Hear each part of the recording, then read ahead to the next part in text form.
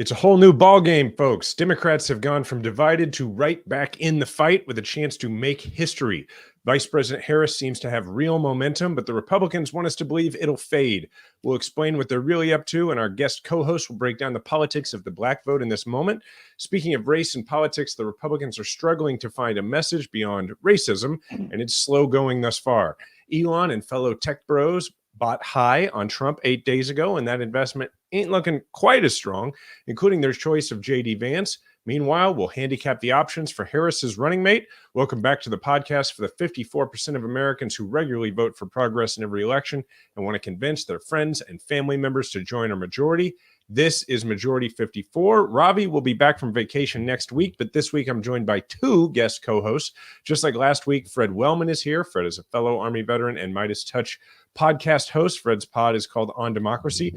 Joining Fred and myself today is my longtime friend, Don Calloway. Don and I served together in the Missouri State Legislature 2,000 years ago. Today, he is a Democratic political strategist, a frequent MSNBC commentator, and host of an excellent YouTube show called The Caucus Room.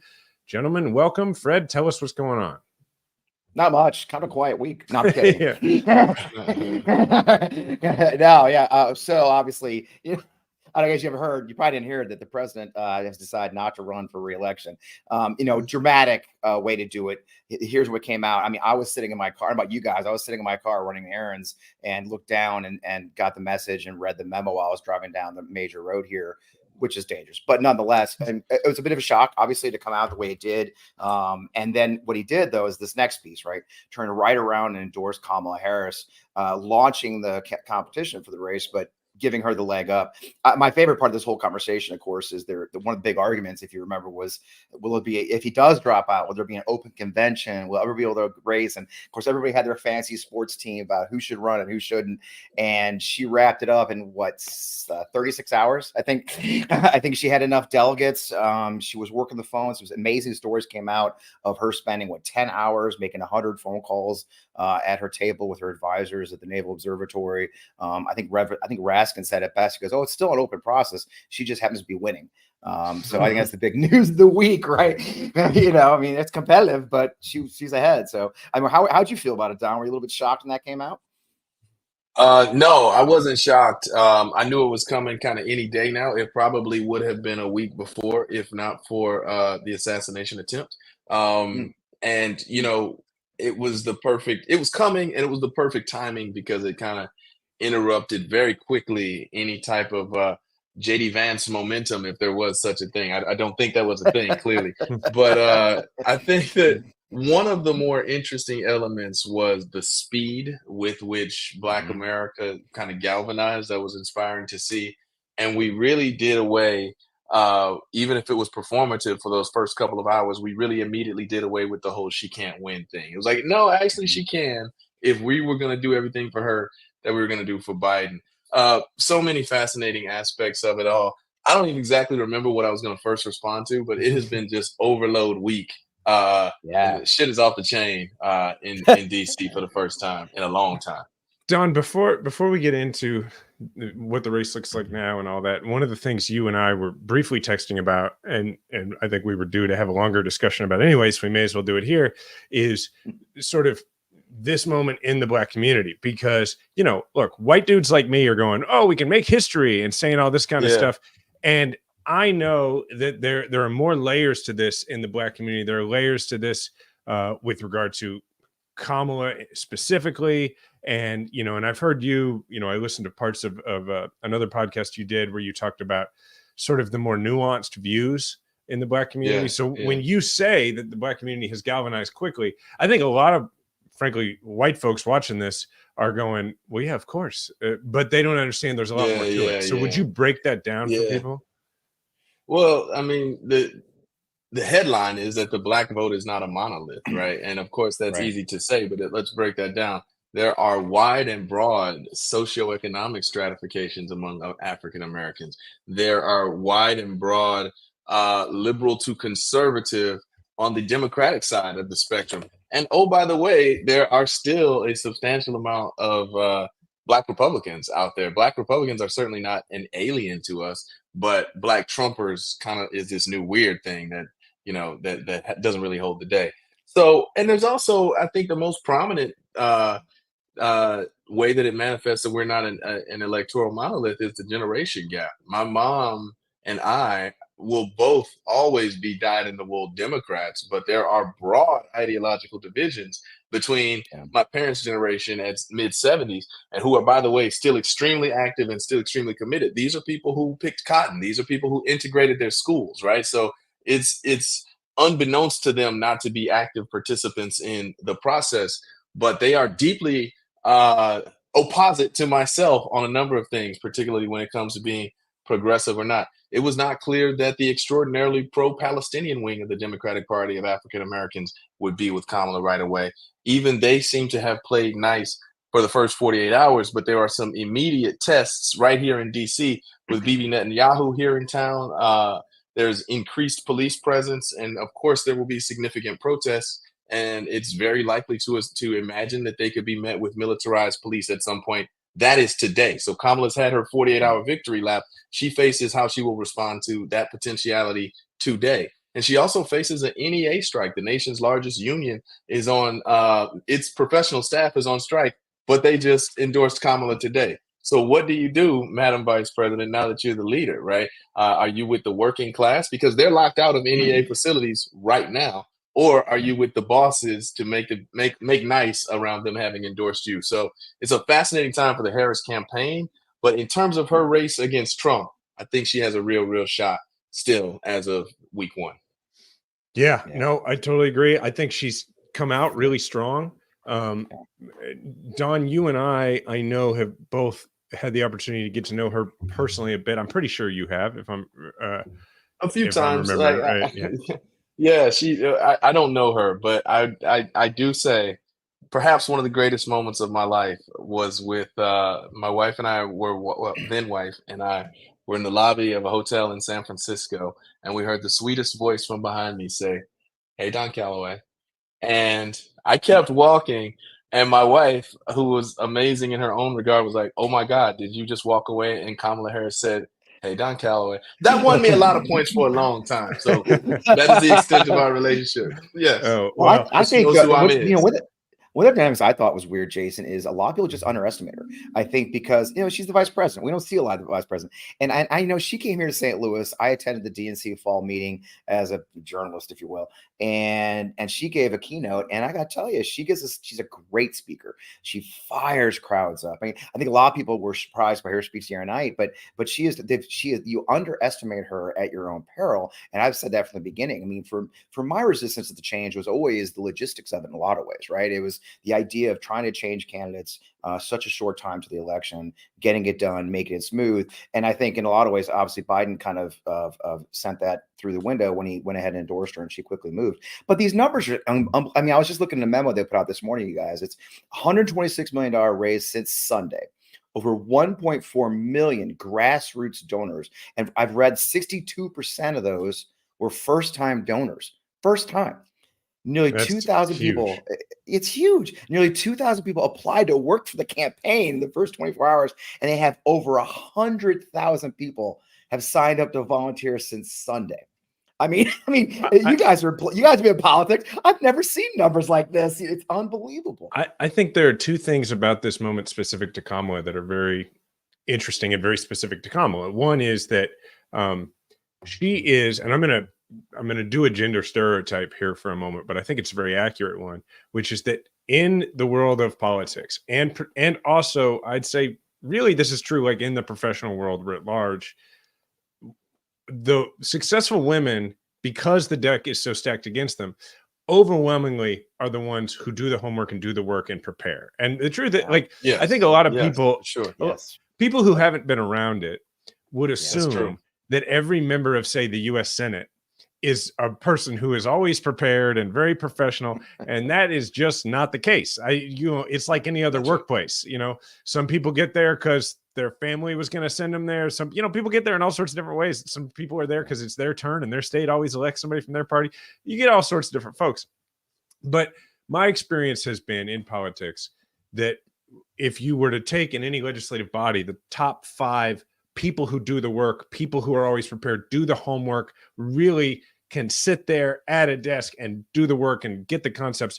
Usually, at least 3 out of those 5 are female members of the Probably legislative 5 body. out of the 5. Probably 5 out of the 5. Yeah, Rachel Bringer. look at the clips. Rachel right? Bringer, who's a human calculator on Missouri law and policy, right? Yeah. And so in the time, I have had the opportunity to know Kamala a bit, mostly a function of the fact that we both ran for Senate in 2016. And so we were just, like on that fundraising circuit around the country, but then stayed friends after that. She is one of those people. So to find out that she spent a ton of time calling everybody that needed to be called and making sure that this worked is not at all surprising to me. The other really great thing is that, and we're about to go to this clip of one of her first speeches as the candidate, she is having more fun than I have seen her have in a while. And that's coming through. And I think that's helping generate a lot of enthusiasm. So let's go to that clip real quick. So as Leah told you, before I was elected vice president, before I was elected United States Senator, I was elected Attorney General of the state of California, and I was a courtroom prosecutor before then. And in those roles, I took on perpetrators of all kinds. Predators who abused women, fraudsters who ripped off consumers, cheaters who broke the rules for their own gain. So hear me when I say, I know Donald Trump's type.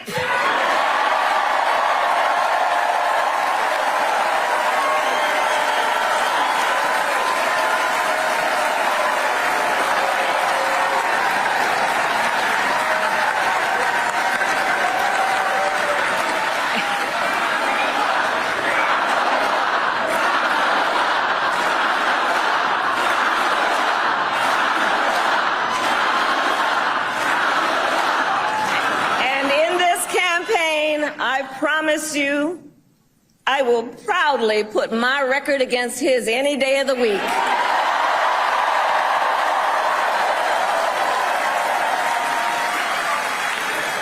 He intends to give tax breaks to billionaires and big corporations and make working families foot the bill. They intend to end the Affordable Care Act and take us back then to a time when insurance companies had the power to deny people with pre-existing conditions. Remember what that was like? Children with asthma, women who survived breast cancer, grandparents with diabetes. America has tried these failed economic policies before, but we are not going back. We are not going back. Not going back. We're not going back. We are not going back. And we have an election to win.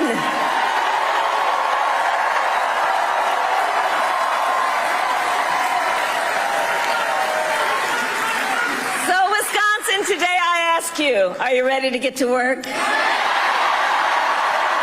we believe in freedom? Do we believe in opportunity? Do we believe in the promise of America? And are we ready to fight for it? And when we fight, we win. God bless you. God bless the United States of America. Okay, now, given that inspirational, sort of goosebumps thing, let me say something really stupid, I'm gonna present to you the dumbest analogy, but it is the analogy that has been in my mind ever since seeing her get out on the campaign trail and seeing the momentum that started, which is, and please forgive me, this is real stupid, but do you remember that movie Dodgeball, the Vince Vaughn movie? Yes, it's like yes, very funny movie, but duck, very, dodge, duck. yeah, dip, dodge, duck, dive, duck, and dodge. And there's a part in that movie where the Ben Stiller's bad guys they've got it down to like the guy from Office Space is the last guy on the other side, and they're toying with him, and the purple cobras are just circling him, and they know they're about to win, and they're doing stuff like, you know, tossing the ball up in the air, the dodgeball equivalent of picking JD Vance as your running mate, if you will. They're so sure they're about to win, and then he catches one, and somebody comes in, and then the actress, I can't remember her name, the blonde woman, she catches one, and then and then you hear I can't remember the guy who plays the announcer, he says it's a 3-player swing. Anyway, it's a stupid analogy, but it's what I keep thinking about, which is they were so sure they had this in the bag, and all of a sudden the entire script is flipped. Now, I'm not saying we're like the favorite now, but the whole playing field has changed, and that's really fun. It's it, you know, and she's having, going back what you said, it is fun, and that's such a key word, and it sounds stupid, but how long has it been since politics was kind of fun? How long? And look, I like Joe, but that was a stem line of her speech. You're right. She enjoys it. She's joyous. And you paint that picture against the dour, poisonous Donald J. Trump and the negative. I mean, JD Vance not only doesn't have he's like a negative charisma, if there is such a thing. He's a black hole of charisma. I mean, Diet Mountain Dew, what the hell is he talking about? And so you put this person with such joy and passion and positivity. We need that right now. America needs that. We desperately need someone to say, you know what?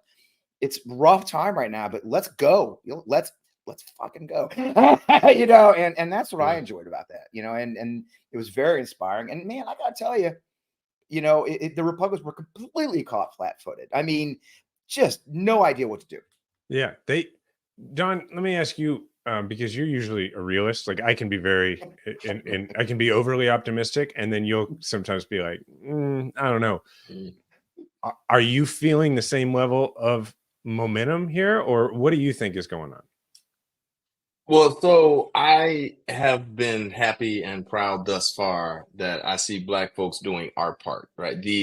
So I think that people need to understand that moments are what we're seeing, but moments are only the product of sustained movements. And I can tell you that for our generation, since Trayvon Martin was killed, 2 years later, Michael Brown is killed, 4 years later, George Floyd in the COVID moment, like, what people see is just protests happening in the streets. But for those of us who are somewhat participatory, you have seen leaders growing real capacity for institutional movement building in this moment. And not just, the Kappas, the traditional, the NAACP, not just these traditional leadership branches of Black organization, but new and younger and more nimble and more digitally connected. All of this goes back to the Arab Spring, right? And we've seen that globally. Well, that's been happening right here in all of the major cities in this country, and even in some rural areas in this country. There's real organizing happening, and it's been capacity building really since the 2008 Barack Obama moment, right? In which people understood how to use those digital tools and pull community together. And so that is big in what is animating, really undergirding the galvanization that you're seeing in the African-American community. So now that's happened. Now I'm looking to see what's happening in white women communities post-Roe. I know there's, of the 7 white men who traditionally vote Republican, I know one of those guys can be flipped, right?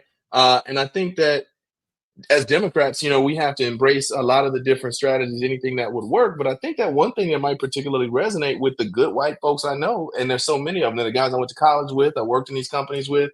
One thing that resonates is like, hey man, this is good versus, I won't say good versus evil, but this is decency versus indecency for sure, right? And forget about her being a Black woman, forget about a one, all the BS, all the identity politics.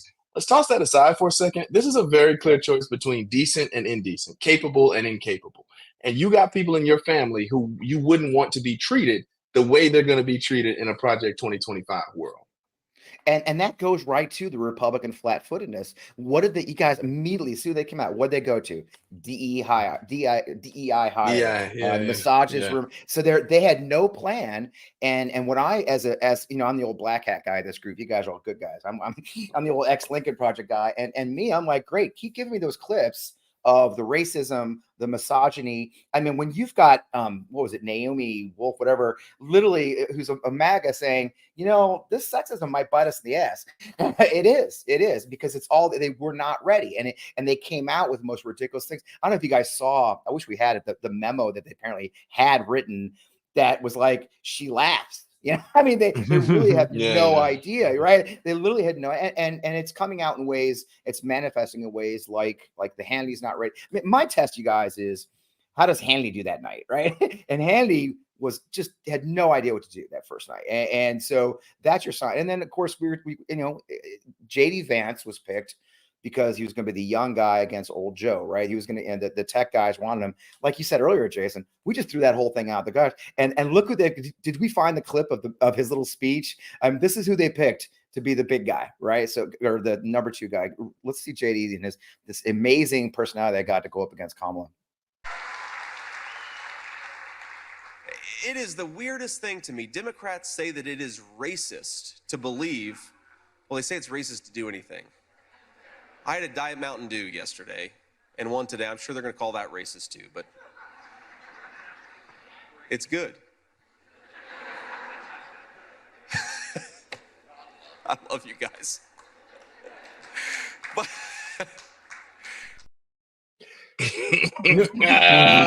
here's what that means. I'm so happy to see it. So I mean, that warms my heart. It really does.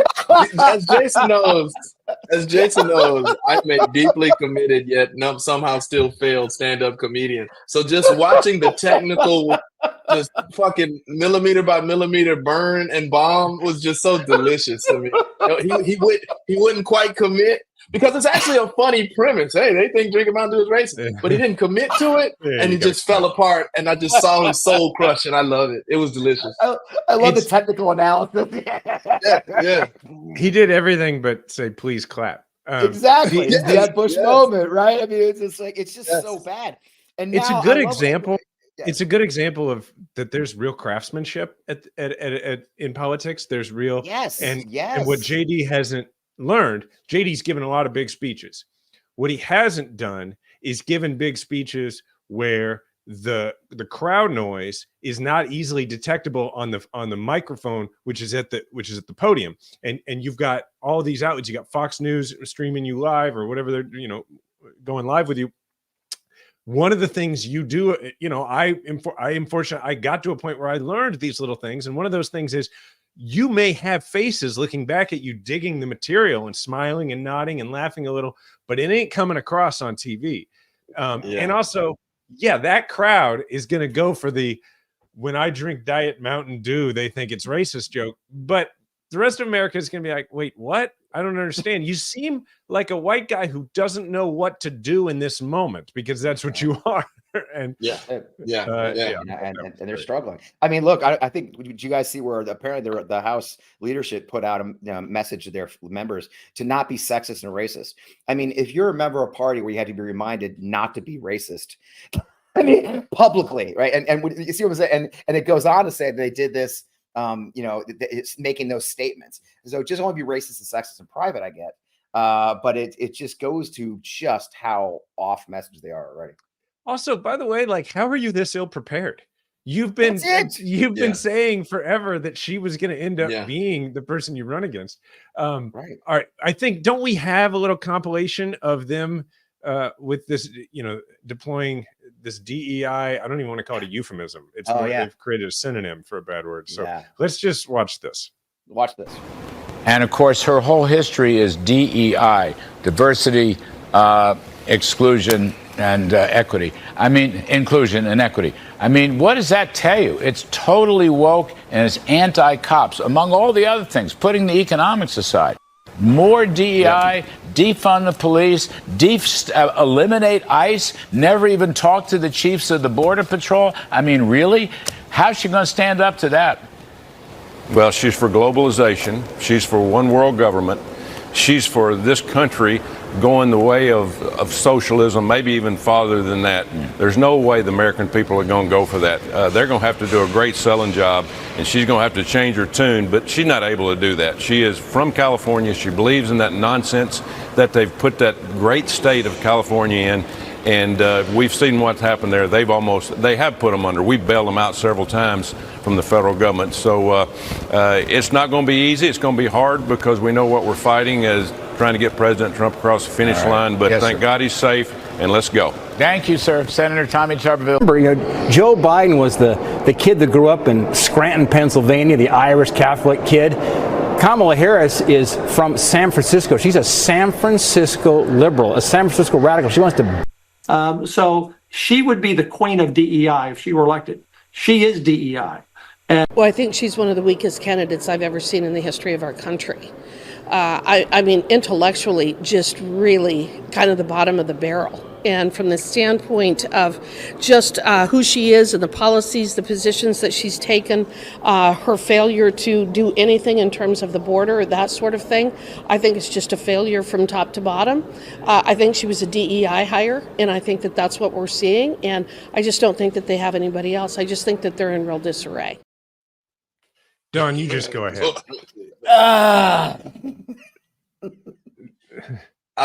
When I was looking at Tommy Tuberville from my dear ancestral home state of Alabama, I'm just like, there's no distinction between him and Orville Faubus or Lester Maddox or any of the others, right? You just, mush the facial features and it's all the same. It's the exact same. And Larry Kudlow, God bless your soul too, my good brother. Whatever, right? But He doesn't know what DEI stands for. He hates it. They are no different. They are no different than the intentional segregationists from when television first became a thing, right?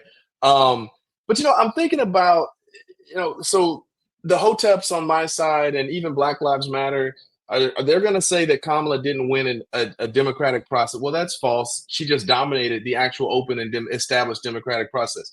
These people are saying DE&I. That's false, and we can tell you why. Folks are going to say she was a cop. That's false, and we can go point for point why. But I think we don't have time to waste going point for point for we can't fight a lie. You can't shadow box with ghosts. You'll never win that, right? And so if you care about this stuff, like all of your listeners do, you have limited energy. We got kids, we got shit to do, but we're committed to this 107-day national service project. Kander and I have been trying to figure out how to encourage national service for like our generation, but not everybody's gonna do the military thing like y'all did. But this is a 106-day national service project, right? And I will be willing to give you your diploma if you find a way to participate in this. And we don't have the time to go point for point on all the shit, no matter how inflaming it is, whether it's DEI or she was a cop or she's married to a white man or she laughs weird or she was elitist black. We don't have time. We have time to register some new folks and bring them in and talk about decency versus indecency. That's all we got time to do. Yeah, and I think it's. I love it. I agree. I like the framing a lot, and I also think Me too. that it's really fun to watch them not know what to do because they knew how to attack Hillary Clinton, right? Because Hillary Clinton, they just they didn't really have to lean that hard into misogyny in 2016 because they knew it was there and they knew it would do its work without them stoking it. Because what they were leaning into with Trump as the candidate and with a former first lady, never mind the fact that she had been a U.S. senator and secretary, but was the most qualified candidate probably ever for the office. They didn't need to do anything about that because they could just lean into anti-establishment. Now, it's very difficult to say that a person is in a job for which they are not qualified for, and yet they are also the establishment. It's just hard to make the two arguments, So then what do? They do what they always do toward the end of an election cycle. Even if she's not the candidate, they tend to just sort of pivot back toward fear of black and brown people at this point. Yeah. And them having to pull together the caucus and say, hey, please don't say that out loud anymore is to me an indication that they have realized that the American people have started to figure out that DEI is just their like euphemism / synonym for the N-word. And it's like, it's sort of like them going, hey, they're on to us. We're no longer just talking to our base when we do that. And now they're like, what do we do? Right. And they're handing us the material. Look, we just did. Go ahead, Don. No, please. Go ahead, Fred. I mean, they hand us the material. I mean, we just did it. And for those where people are watching, somebody said it point, when they say these things, Black women are watching, right? Like you said, Black Republicans are watching, I'm sure. But me, I've got daughters and sons who are now fired up about politics. For I mean, I've got kids. You know, I'm of this group. I'm the grandpa of this group. I've got of age kids, very of age, and they're fired up. They're enthusiastic. My young daughter, my youngest daughter, has been completely sour on politics. Is just, and this happened this week, and she is fired. It's like, wow, somebody's going to fight for me finally. Somebody who understands me as a woman is going to fight. And I tell you guys, we can't underestimate the frustration and the reservation. And again, let's not forget, it's the year of Dobbs, right? This is the election about abortion. Whether you like it or not, every single ballot has got abortion on it. That's been her number one issue for her. And she's very, very eloquent and powerful when she talks about it. And now we've got a woman to carry that banner as we fight this battle.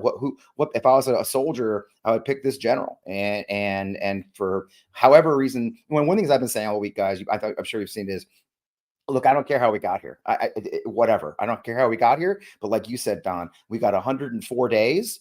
And so I just know where we need to go. So let's just put all that shit aside, why we got here the way we did, but let's get to work and get where we need to go. And like I said, women are energized. I don't know if you guys saw Shannon Watts and some other women I know are organizing a white women's Zoom, looking for like our Black men have come together and our Black women have come together. I mean, people are coming out in droves. Diana said, before we go to break, I'll tee something up, but first I'll tell you what Diana said to me about this the other day. She said, you know, Democrats, when we think we're the favorite and we've got it, you know, close to locked up, we get lazy and we lose. She said, when we think that we have a very small chance, if any chance of winning, we get dejected and then we get lazy and then we lose. She said, so, you know, the very best possible scenario is that we are a slight underdog with a real chance to win. Because that's when you get everybody in the coalition to just put their head down and do the work. And I really do think that's where we are. And I think the Republicans are panicking about that. So we're going to go to a break. And when we come back from the break, the first thing we're going to do is we're going to look at a compilation of clips of the Republican talking heads trying to figure out a message and trying to say something that would make their voters believe everything is fine. You know, the Fox News version of the Leslie Nielsen naked gun meme where he's standing in front of the fire saying nothing to see here, folks. So let's go to a break and then we'll come back and look at that. Love it. Lumen is the world's first handheld metabolic coach. It's a device that measures your metabolism through your breath. And on the app, it lets you know if you're burning fat or carbs and gives you tailored advice to improve your nutrition, workout, sleep, and even stress management. All you have to do is breathe into your Lumen first thing in the morning, and you'll know what's going on with your metabolism and whether you're burning mostly fats or carbs. And then Lumen gives you a personalized nutrition plan for that day based on your measurements. You could also breathe into it before and after workouts and meals, so you know exactly what's going on in your body in real time. And Lumen will give you tips to keep on top of your health game. This is really important. I've been running this fitness community for years, and often what I hear from people is, my metabolism is X, my metabolism is Y. But this actually gives you the data to actually confirm or in some ways challenge some assumptions you have about your body. And because your metabolism is at the center of everything your body does, optimal metabolic health translates to a bunch of benefits, including easier weight management, improved energy levels, better fitness levels, better sleep, and it could track your cycle as well as the onset of menopause and adjust your recommendations to keep your metabolism healthy through hormonal shifts so you can keep up your energy and stave off cravings. So, if you want to take the next step in improving your health, go to lumen.me/majority to get 15% off your Lumen. That's lumen.me/majority for 15% off your purchase. Thank you, Lumen, for sponsoring this episode. Typical children's vitamins are basically candy in disguise, filled with 2 teaspoons of sugar, unhealthy chemicals, and other gummy junk growing kids should never eat. That's why Hiya was created, the pediatrician-approved, super-powered, chewable vitamin. While most children's vitamins are filled with 5 grams of sugar and can contribute to a variety of health issues, Hi-Ya is made with 0 sugar and 0 gummy junk, yet it tastes great and it's perfect for picky eaters, i.e. kids. Hi-Ya fills in the most common gaps in modern children's diets to provide the full body nourishment our kids need with a yummy taste that they love. Formulated with the help of nutritional experts, Hi-Ya is pressed with a blend of 12 organic fruits and veggies, then supercharged with 15 essential vitamins and minerals, including vitamin D, B12, C, zinc, folate, and many others to help support immunity, energy, brain function, mood, concentration, teeth, bones, and more. It's non-GMO, vegan, dairy-free, allergy-free, gelatin-free, nut-free, and everything else that you can imagine. Hi-Ya is designed for kids of all ages and sent straight to your door so parents have one less thing to worry about. As you know, I'm a father and I'm always on the lookout for the best possible vitamins for my child to take. I'm so happy that I've come across Hi-Ya Health. The ingredients are amazing and I don't have to worry about sugar or gummy junk because Hi-Ya Health is made without that stuff and is still able to keep the great taste, which is super important because that's how you get kids to eat it. We've worked out a special deal with Hi-Ya for their best-selling children's vitamin. Receive 50% off your first order. To claim this deal, you must go to hiyahealth.com/majority. This deal is not available on the regular website. Go to hiyahealth.com/majority and get your kids the full body nourishment that they need to grow into healthy adults. Okay, so now with all of this, I'm trying to get used to this term, Kamala-mentum. I'm not sure. Anyway, I can't keep up with the phrases these kids are using. Yeah. with all of well, I think actually my son and I think they would just call this Riz, but that's a whole other thing. Yes, that's true. Yes, that is a thing. Yes. Anyway, but with all of this Riz happening right now for the party, the Republican keepers of morale, which, you know, your Ben Shapiro's, your Sean Hannity's of the world, they're not real sure what to do. And so our producers have put together a nice little montage of this. Let's go ahead and check that out. As of tonight. Now, tonight also, the Democratic Party, you need to understand what's happening here. This is Kamala's honeymoon period. She is experiencing a sugar high. A feeling of relief and enthusiasm that the guy that can't walk and talk, that's dazed and confused, the guy that mumbles and bumbles and stumbles, thank God it's not him. It's a honeymoon. It's a sugar high. But mark my words, it will be short-lived. Exactly do her qualifications look like other than, again, the sort of intersectional magic of Kamala Harris and the fact that Democrats have to manufacture enthusiasm for, I've never seen this much manufactured enthusiasm for anyone outside of maybe Taylor Swift's last album. It's amazing. Yeah, I mean, me neither. It's so obvious. You cringe when you see it. But now, there are some fake polls out there by Reuters, who has been a well-respected news agency, international news agency for decades. But at the end of the day, there's a number of left-wing people that work at Reuters. So you're going to see these polls showing Harris above Donald Trump. Well, that is not true. They might only interview a handful of independents and Democrats and then a certain amount of Republicans and come out and say, these 400 people we talked to are saying Harris is over Trump. Well, you got to really watch out for a lot of those polls out there. I mean, but I don't know. They like the fact that this is a young black woman squaring off against an old white guy. They like that she's going to all just talk about abortion. And they like the fact that she was a prosecutor and he's a felon. They like that framing. That's what do y'all think of all that? Panic. I mean, Handy looks freaking scared. I mean, honestly, they all look scared. I mean, I see fear. I mean, you could smell the flop sweat through the screen. They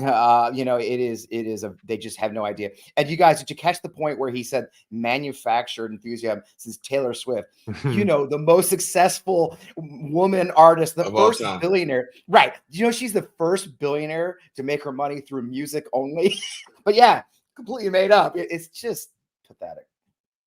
Well, yeah, it's this ongoing thing that's really at the root of a lot of this school of thought, which is if it is not the prevailing sentiment among cis het white men, straight white dudes, then it can't be real, right? It can't be serious. The momentum can't be serious. She can't be actually qualified if we say she's not.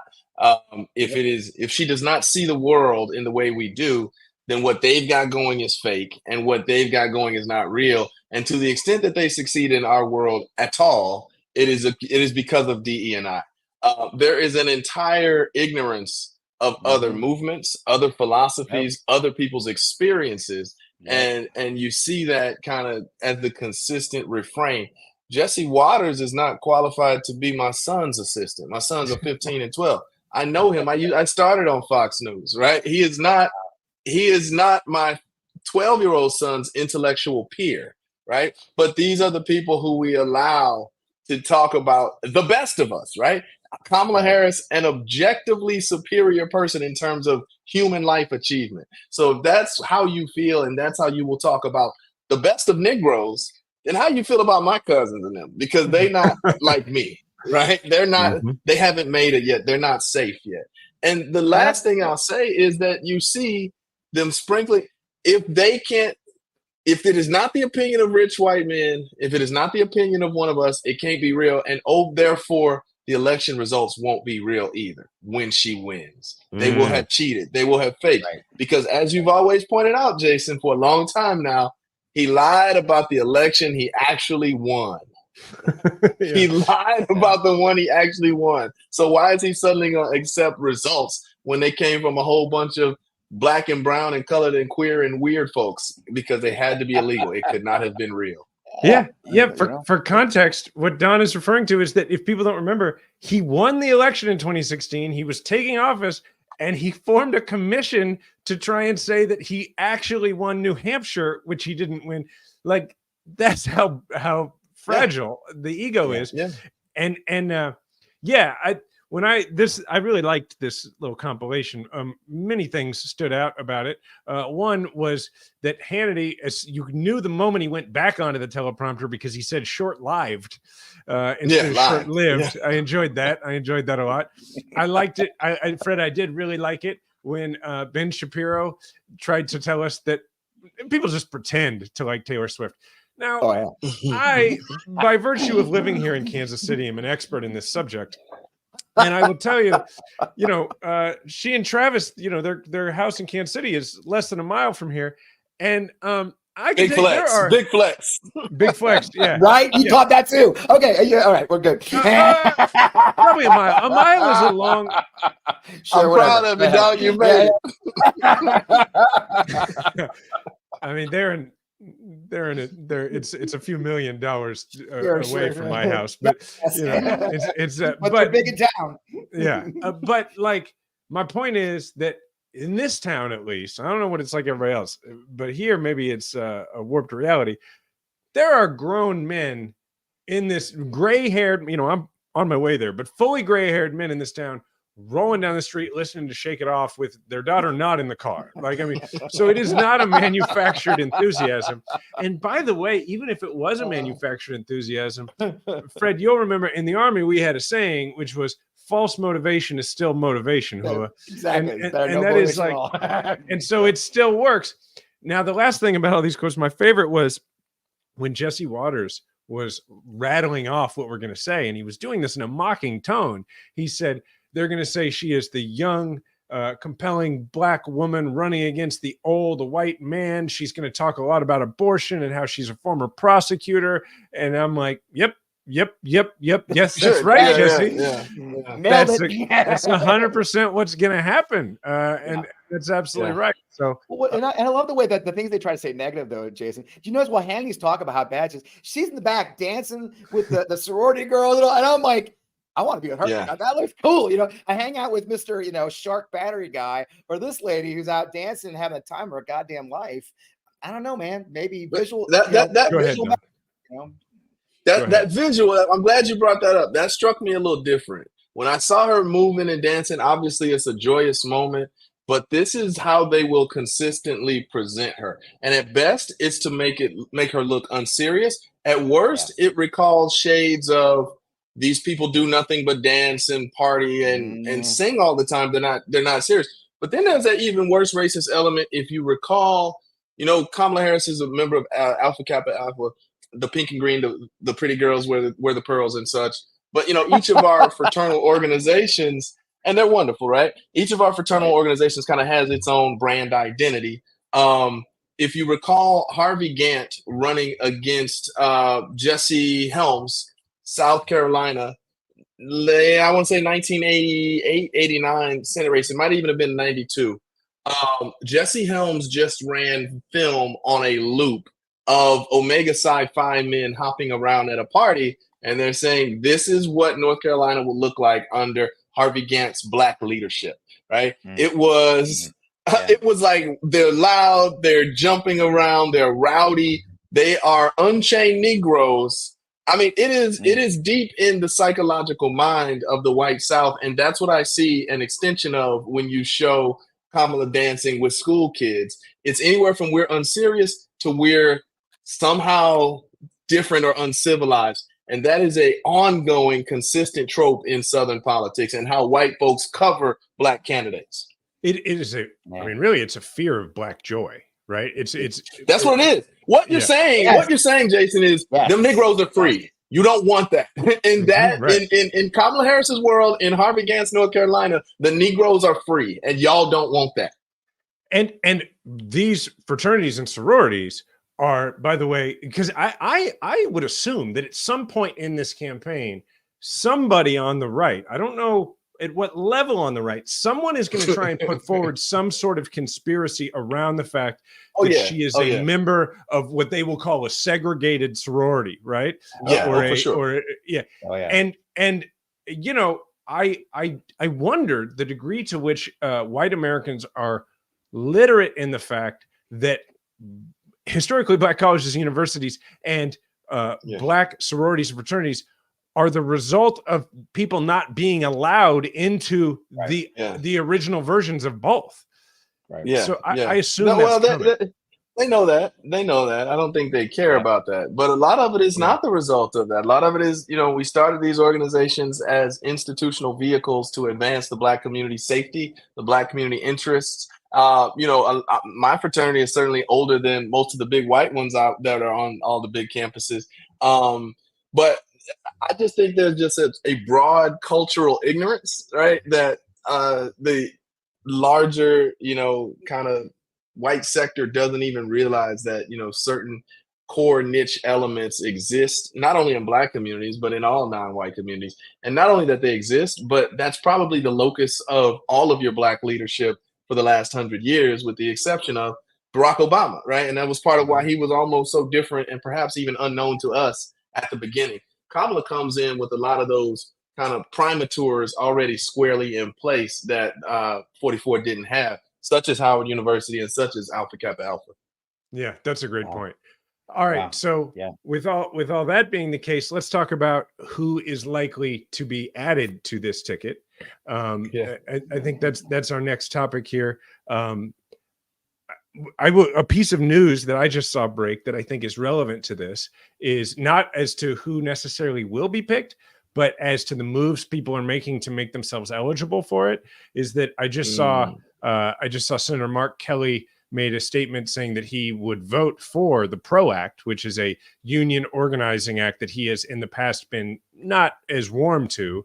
And I'd also seen where people have been saying that was one of the really only problems with Senator Kelly's candidacy, is that he had at least one notch on his belt that wasn't sort of a pro-union notch the way all the other candidates had. That seems to me that either means he is preparing to be the nominee, or he is making sure that he is in contention to be the nominee, or he's a combination of the two, and he's saying something that he's been moving toward in a while, but felt like this is a good time to say it. I didn't know if y'all have thoughts on the other potential people for this gig, or if you have preferences, that kind of thing. Well, I think it's a great look. The roster we've seen is great. And let's be honest, Whitmer, Buttigieg, I love Pete. Let's be honest, I love Pete. But Kelly's amazing. All these amazing governors they have options of: Shapiro, Cooper, Tim Walz, another Army vet, by the way, right? So I think all the names we've seen. I mean, what I really love with the moment, and I try to avoid playing fantasy sports, fantasy politics, is doesn't it highlight how good the bench has become Yeah. in the last 4 to 5 years, right? We've got a pretty strong, the fact that we're having this conversation and so many people have different ideas says so much to where the Democratic Party has gone with a new generation. And by the way, we're claiming Gen X. I know she's 4 months out of being Gen X, but sorry, Kamala's one of us. And I'm a senior Gen Xer. But I mean, I think it's fantastic. Tim Waltz is 60. I mean, it's a new generation, but what a great bench. I mean, I'm a big Pete fan. I helped some of his policy. I think Mark would be terrific. There's strategic reasons to go with others, but what a great bench. So I'm not really. When I saw the list, I kind of sat back, said, "Yeah, I love all of them." What do you think? Don, what do you think? Yeah, it's a very impressive bench. I look at it as more like Kamala's map is distinctly different than Joe Biden's 100%. map, and to me, that changes the calculus on who your vice presidential pick is, and almost in a way that has nothing to do with DEI considerations as much as it has to do with geographic and still popular in your home state considerations. So. Yep. Joe's map is the blue wall, right? The upper Rust Belt, North, upper Midwest. And we still need those. Pennsylvania, Michigan, maybe the magic of Marcia Fudge can make Ohio palatable again. But Kamala's map brings the Abrams organism alive in Georgia. And it also brings, and of course, Raphael Warnock, who is the best possible surrogate on the planet right now. And you also got North Carolina, which is distinctly in play with Kamala in a way that I don't know that the momentum would have been there out of Charlotte and some of those rural Black communities for Joe this time around. Because remember, North Carolina and South Carolina are distinctively different places. And South Carolina, not North, flipped for and gave Biden that momentum. But North Carolina is a different animal with Charlotte and Asheville and all of those different distinct markets. But I think there are some states in play, particularly North Carolina, Sunbelt, Georgia, that are stronger now because of the momentum we're seeing. And I think that might go into favor of a guy like Roy Cooper. I love Andy Bashir, worked with him for many years. I don't see what he adds electorally that some of these other guys don't. But I love that he's even interested in teaming up with this Black woman and doing everything that he can, because it shows that there is a future for the good white dude Democrats in the South to have a political future. Yeah, I think ultimately it's an interesting, because look, rarely does the running mate ever, is that the thing that people vote on. Now, maybe if they're from your state, but yeah, for the most part, I feel like so much of our politics, I mean, we're really always talking about anymore this very small percentage of voters whose actual ideology is all over the map, but they're still free agents, right? Because they have strong opinions, the strong opinions loosely held, and I feel like so much of our politics now is about giving people a permission slip, more so than giving them a reason to vote. So if you are from a rural part of Pennsylvania, Michigan, Wisconsin, all of these, and your neighbors are all voting for Trump, and your buddies, this is mostly about men probably, or women who maybe have adopted their husband's politics or something, I don't know, but it's, if they're inclined to vote for Kamala somewhat, but they're pressured against it, they need a permission slip.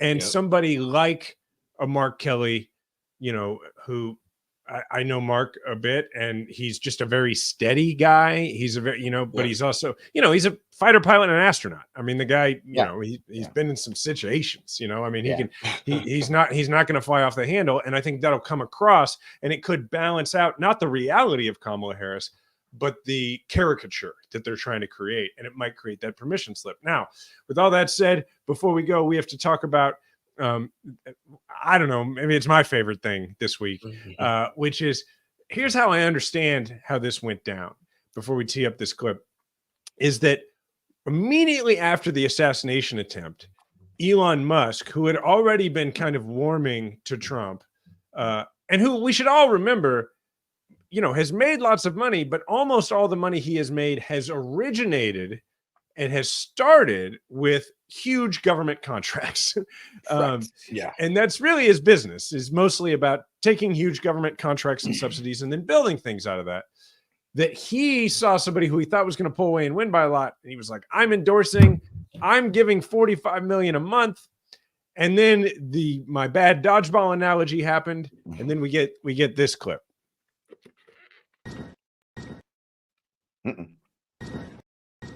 It's coming. All right, well, I'll tell you what it is. Mr. Musk, are you still going to donate to Trump? Do you still donate $45 million?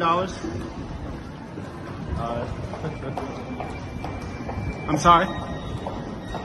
At no point did I say that I was donating $45 million a month to Trump. That was a fiction made up by the Wall Street Journal.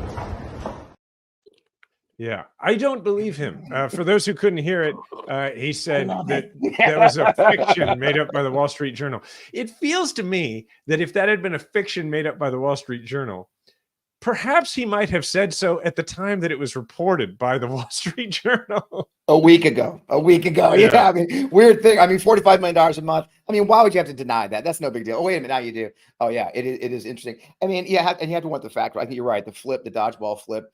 The fact the guy literally put in his acceptance speech that he's against electric vehicle mandates, like the thing he's the chairman of the board of, it is really remarkable. And look, I just get great pleasure seeing Elon uncomfortable. I don't know. I get this weird pleasure out of that. Trump was boasting about it. I mean, Trump just sent an email out saying that Elon had endorsed him. There you go. Yeah. And I think he has endorsed him. He's getting the talk, but not the cash now, or at least not as much. Also, I just think it reveals that for all the heroification, which of these guys like him, that it's all ridiculous anyway. But what it demonstrates is he's just another front-running douchebag. I mean, it was never like that Trump convinced him of something or had some great ideological point. He was just like, I'm going with the winner. And now he's like, well, now it looks like a closer race. So I'm going to, I mean, he's just a special interest, right? Yeah. Yep. Don, you're muted. That's all right. So if I were writing, go ahead. If I were writing a Batman villain of some trillionaire walking through Gotham City Hall, or a Bond movie about, some weird Afro-Euro villain with a weird, maybe I did, maybe I didn't, Wall Street Journal. I was like, this dude is a legit villain, and we should all be alarmed that he is walking through the halls of Congress like some type of legitimate player who should be deeply influencing national and ergo global politics and policy. Like, Elon Musk is not on your side just because you have a 2-car garage and a Peloton. And if you're a white dude out here, your job is to talk to other white dudes, because Elon Musk and his 8 global peers who own the actual infrastructure to the internet, who turn power off in areas of Ukraine in terms of satellite internet access when they feel like it to affect them motherfuckers don't care about your Rotary Club. They really don't, right? And so if I walk into a room, that's the battle, right? The idea is that if I walk into a room of 10 white dudes and I know that 3, I can sleep at their house, and 7 voted for Trump, it's 1 in that 7 who is decent. It's 1 in that 7 who understands, because that's the difference between a 70-30 race and a 60-40 race. And if you white dudes can get it to 60-40, you will have participated effectively in this 106-day national service project. And I know that one of the 6 of y'all is gettable, because you understand that Elon Musk don't give a fuck about you, and he's an actual bad guy out here. I got my mission. I understand the mission, sir. I love you, Don Calloway. People can find more of Don on YouTube on the Caucus Room, and they can hear more from Fred on Democracy here on the MeidasTouch Network. Thank you for filling in for Ravi, the 2 of you this week. I really appreciate it. Fred, thanks for the 2 weeks of it. Everybody out there, please leave a 5-star review. Thank you to the Meidas Mighty. Remember, we all have a platform. Make sure to use yours today.